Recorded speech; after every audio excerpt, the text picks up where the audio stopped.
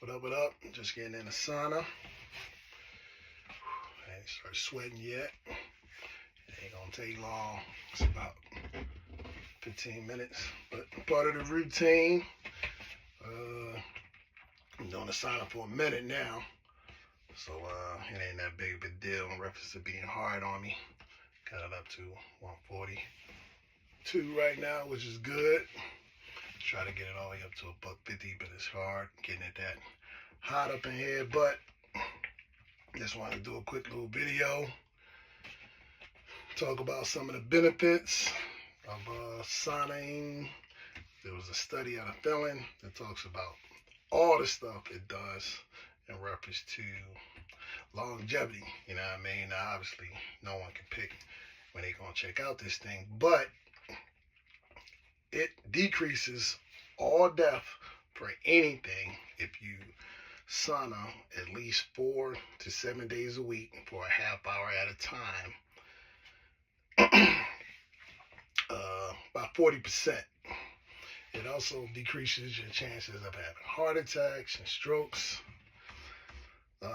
They said, the study out of Finland said if you do it at least 1 day a week, you will decrease your chances of stroke of people that didn't do any sauning at least 10%. And if you kick it up to at least 4 days a week, it can decrease your chances of stroke by another 66%. So you can greatly decrease your chances of stroke. Obviously, strokes are blood clots in the brain. But if you get a blood clot in your heart, that can cause you a heart attack. If you get a blood clot in your lungs, that can cause you a lot of trouble as well. So, it's a lot of good reasons why you shouldn't be to sauna. In addition, it gets a lot of detox. As far as all this sweating, I'm only 2 minutes in. You can see the sweating is starting to, it ain't pouring yet, but it's on its way. But little detox, you get all the stuff out of your system as much as you can in reference to detoxing. So it's a lot of good benefits, plus the vibe, just chilling. I think it gives me a moment, at least a half hour a day, to kind of just chill. Most of the time, me and my wife do it together, but I'm doing it by myself tonight. So it's a lot of good benefits. I just want to get on here and preach the gospel of saunaing. Gives you an opportunity to meditate, take some time to yourself, pray. So you should do that thing. You see a little earlier, I put a video of me doing a push sled. Quick little talk on that. I was able to get that thing on sale from Walmart. Thing was originally like a G. It went down to 5. Then I caught it on a super sale for like $1.99. But pushing that thing for about 20 minutes, get my little cardio, little full body training, because I use a lot of legs, shoulder, core. But mainly cardio. Just go back and forth. It's a lot harder when I'm pushing uphill with the weights on it. I'll probably put up a little video and get that work in. And then I go right into my gym work. So I was working on shoulders, back and shoulder today. So you got to get it in, man. I got my 52nd birthday coming up in just a few days. And got to do what you can. You may not be able to extend your life, even though I think you can, but you certainly will extend or greatly increase the quality of life while you're here doing your thing. So just want to check in with y'all, say what's up. You can see it's only 4 minutes in, and now we starting to drench. So I'm gonna go and get off this thing before I turn into a crazy sweaty mess. Y'all be safe out there. Peace. Then I'm gonna speed it up.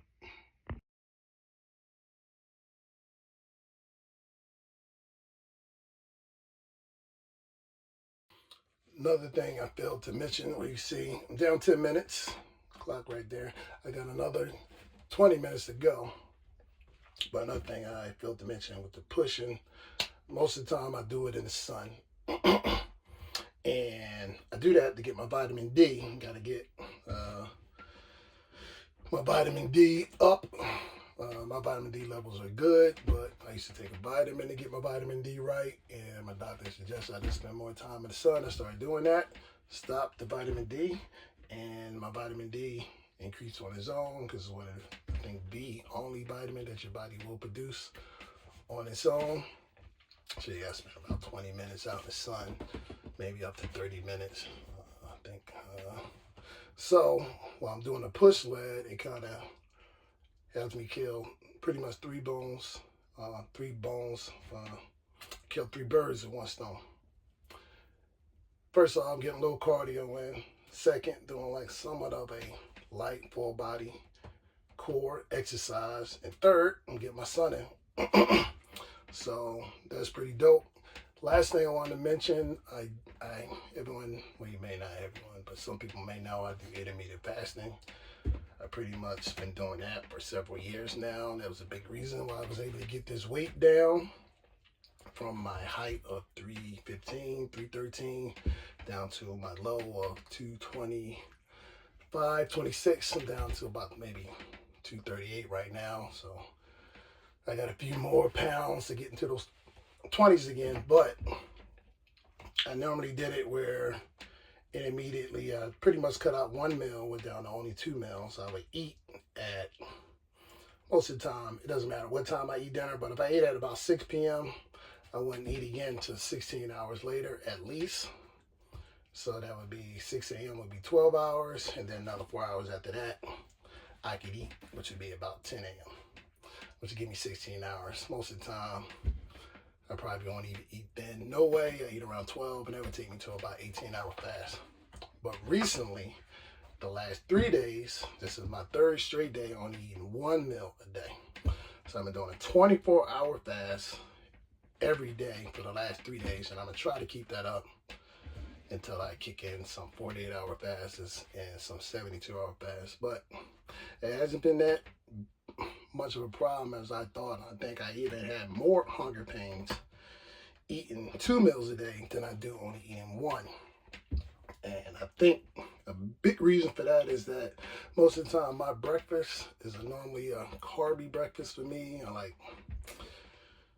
guess the pancakes and French toast or even grits. And I normally eat a carb, and normally a bad carb with breakfast, and I can do a little better with staying away from the carbs when I eat dinner, eating a protein, a veggie, and I may eat a carb. But I think I do a better job at dinner staying away from the carbs than I do when I'm in breakfast. So I think cutting out breakfast has been cutting out that carb. And I think many times when I have hunger pains, it's not really I'm hungry, I'm just yearning for carbs. And that's that. So one thing, I do drink a coffee in the morning, but no sugar. I use monk fruit when I get up, pretty much around 10 a.m. Monk fruit, and I use a creamer, but a creamer with no sugar in it, and it's a dairy creamer, not like them sweetened creamers. I do love those, but the last 3 days I've been staying away from it. And from what I understand, those non-dairy creamers there are a lot of oils and sweeteners and yada yada yada. So I've been using monk fruit as my sweetener, and I've been using just a regular whipped cream or heavy whipped cream with no sugar in it to kind of knock my coffee edge off. I don't like the taste of coffee when it's super bitter and it's sharp. I need to take it off a little bit. So I do eat that, but provided since I don't drink any sugar in it, I'm still in a fast, so I still don't eat for about another 6 hours after that. So it's been working out for me. I'm gonna keep that up. Keep rocking with your boy. Get along that journey. Putting this up because I did have a few people mention how they need to get back to what they need to get to. And I had one gentleman like, hey man, I was doing my thing, but you're an entrepreneur. So you know how being an entrepreneur is, you know, you always ripping and running. You got to do every job, every task.